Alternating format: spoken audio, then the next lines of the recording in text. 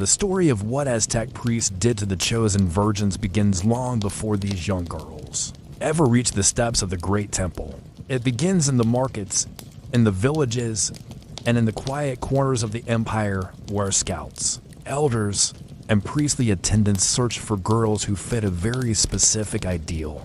They were chosen not for their families, their wealth, or their bloodline, but for something far more symbolic, a form of purity that the Aztecs believed made them acceptable to the gods. And once selected, their lives were changed forever, not by choice, but by a system that believed sacrifice was necessary to keep the world itself from collapsing. Before we proceed, kindly share from which part of the world you ray watching this video. Your perspective helps shape the way these forgotten histories are told. For these girls, being chosen was not a blessing. It was a sentence sealed by tradition, religion, and the authority of the priesthood. Many were taken at a young age, sometimes before they even understood what it meant to serve the temples. Parents who allowed their daughters to be chosen were told it was an honor, a gift to the gods, a duty that elevated the entire family. But behind those ceremonial words was a reality few dared to question. Once a girl entered priestly custody, she did not come back. Her childhood, her identity, and her future all became property of the temple.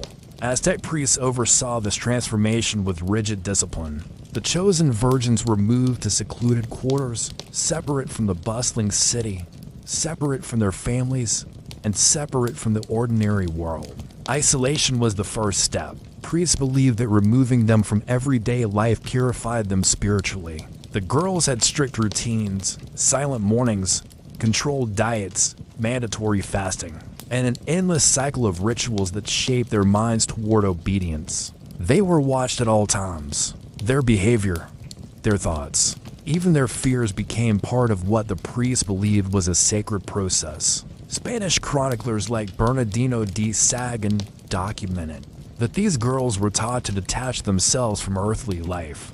They were reminded daily that they no longer belonged to human society, they belonged to the gods.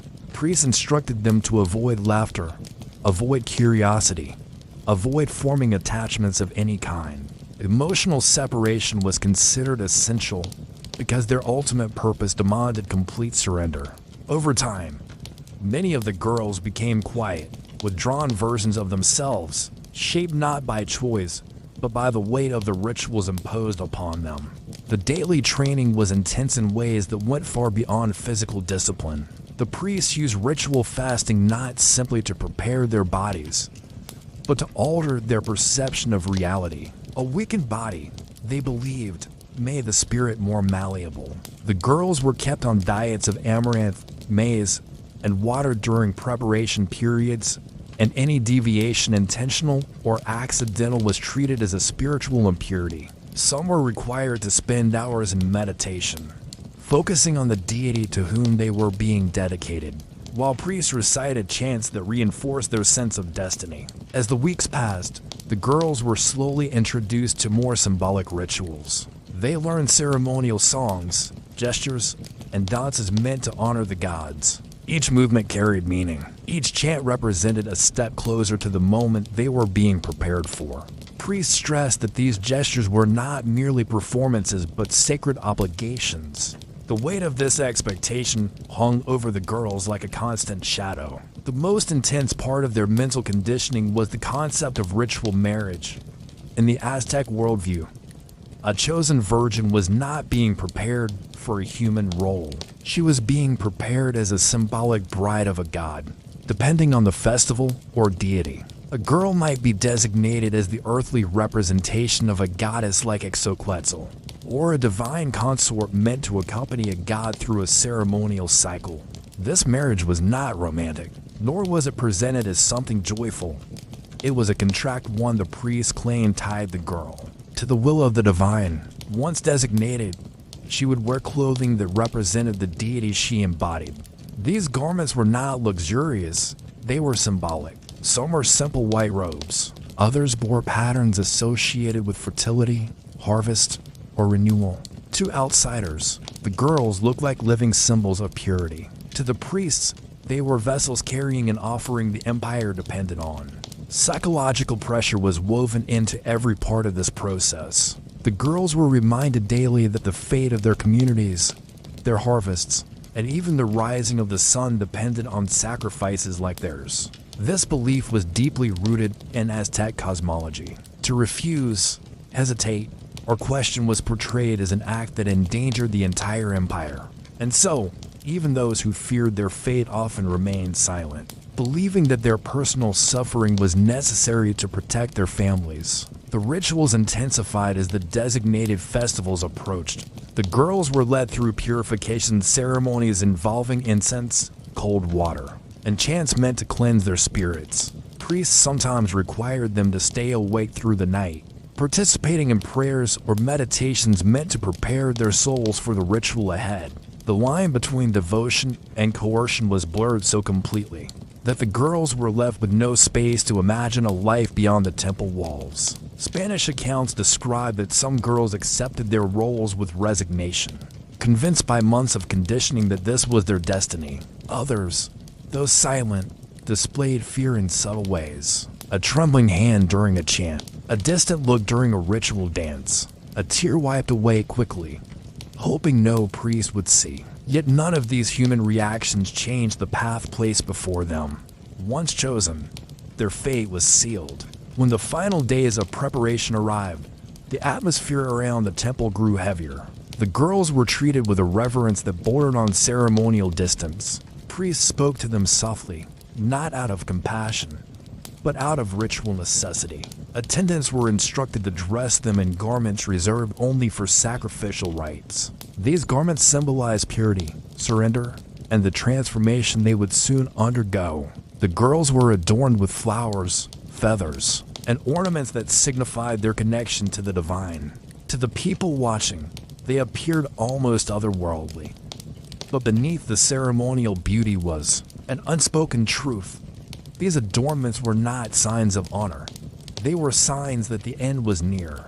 Their final days were filled with quiet rituals, controlled movements, and a kind of solemn calm that priests believed was essential for the ceremony. And while the bustling city of Tenochtitlan continued its vibrant rhythm outside the temple walls, the chosen virgins moved through their final preparations in silence, isolated from the world they once knew. This is where the story begins to reveal its darkest layers, where the path of ritual purity meets the reality of the fate that awaited them at the hands of the priesthood.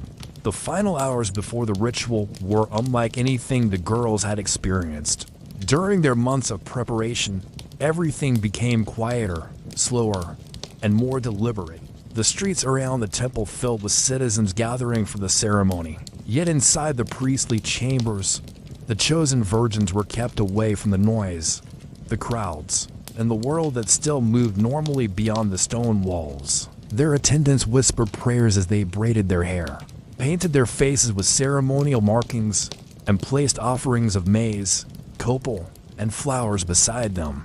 These gestures were symbolic farewells gifts meant to accompany them into the next life. Priests believed that the girls must enter the ritual with a calm spirit. So the morning began with heavy incense that filled the chamber with a thick, sweet-smelling haze. The air grew warm, and the girls sat in silence as the priests circled them, chanting verses that linked their identities to the divine beings they were meant to represent.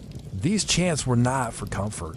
They served as reminders that the girls were no longer individuals to the priesthood. They were embodiments of gods, symbols of purity, and offerings necessary for cosmic balance. Outside, drums began to echo through the city, rhythmic, steady, rising and falling like the heartbeat of the empire. These drums signaled that the ceremony had begun, and the sound vibrated through the stone floors beneath the girls' feet. Some sat perfectly still, accepting what was coming. Others closed their eyes, retreating into themselves, and a few allowed their hands to tremble, knowing no one dared show fear openly, but finding it impossible to completely hide the truth of their emotions. The priests entered the chamber again, this time carrying garments reserved only for the final procession. White robes, made from finely woven cotton, were draped over the girls' shoulders. Each robe represented purity, spiritual elevation, and separation from the mortal world. Around their necks, they placed necklaces made of shells or jade symbols that the Aztecs believed connected the physical and spiritual realms. On their wrists and ankles, small bells were tied, meant to chime softly as they walked, announcing their presence as they moved toward their fate. Before stepping outside, each girl was given one last offering to hold, a small bouquet of flowers or a symbolic item, linked to the deity she represented. These were not keepsakes. They were tokens that reinforced the idea that she was no longer merely human. The priests believed that the gods would recognize these symbols and accept the offering without wrath. When the doors finally opened, sunlight poured in, flooding the chamber with brightness. The girls blinked against the glare, their eyes adjusting after so long in dim, incense-heavy rooms. Then, guided by attendants, they stepped out into the open, where thousands waited. The city of Tenochtitlan, often described by the Spanish as larger and grander than any European capital, had gathered to witness the ritual. People lined the walkways, stood atop rooftops, and crowded near the temple base. Many watched in reverent silence, others whispered prayers, believing these ceremonies were essential to ensure good harvests, military success, and protection from the forces of chaos. The chosen virgins walked in a slow, measured pace, following the priest toward the towering steps of the great temple. Every step was deliberate. Every sound, bells, drums, chants merged into a solemn chorus. As they climbed, the city below grew distant, and the vast lake surrounding Tenochtitlan shimmered in the sunlight. From this height, the world seemed far away, and the girls were more aware than ever that they were crossing the boundary between life and ritual. At the top, the priests received them with an air of ceremonial gravity. They guided the girls toward the central platform, where offerings of maize, flowers, and obsidian were placed. The atmosphere here was different from the energy below. It was quieter, colder, and heavy with expectation. The wind that swept across the platform carried the scent of incense and distant cooking fires, but also a feeling of separation, as though the world below no longer included them. According to Spanish chroniclers, the priests conducted final prayers around the girls, invoking the gods to accept the offerings. These prayers were long, rhythmic, and emotionally detached. The priests believed they were performing a duty, fulfilling a cosmic contract established generations before. To them, the girls were essential not as individuals, but as purified vessels. The chosen virgins were then guided to their designated positions. Each one was placed according to the deity she symbolized and the ritual being performed. The priest spoke softly to them, giving final instructions, reminding them that their role was sacred. The girls listened because they had no other choice. Silence was their only expression of resistance or acceptance. When the moment arrived, the drums changed. Their rhythm slowed, then deepened, echoing across the city. People watching below fell silent. The priests raised their hands toward the sky, chanting louder now, calling the gods to witness the offering. The tension in the air became almost physical. The girls stood perfectly still, adorned, prepared, and trapped in a fate decided long before they were old enough to understand it. Their upbringing, their isolation, their conditioning, all of it had led to this final moment. And then the ritual began. What followed was the part of Aztec life that the Spanish chroniclers recorded with shock, and which later generations struggled to fully understand. The chosen virgins were offered as sacrifices considered necessary for maintaining balance in the cosmos. The obsidian blades used were razor-sharp, capable of cutting with precision, and the priests moved with practiced familiarity. These rituals were not chaotic, nor were they rushed. They were carried out with a solemn sense of duty, deeply intertwined with Aztec cosmology. To the Aztecs, this was not cruelty, it was obligation. They believed the gods had sacrificed themselves to create the world, and so humanity must repay the debt. The chosen virgins were seen as sacred participants in this cosmic cycle of belief that shaped every action, every ritual, every decision the priests made. When the ceremonies ended, the city erupted into chants, prayers, and offerings. Smoke rose from incense burners, and the drums resumed their steady rhythm. The people believed the gods had been appeased, that the world would continue for another cycle. But for the families who had given their daughters, the event left a hollow silence. They were told to take pride in the honor, but many lived with unspoken grief. And as for the chosen virgins, their stories faded into ritual memory. Their names lost, their lives defined only by their final role. This is the part of Aztec history that textbooks rarely explore. The story is overshadowed by grandeur and myth, but remembering these girls is essential, not to condemn a civilization, but to understand the human cost buried beneath ritual, belief, and power.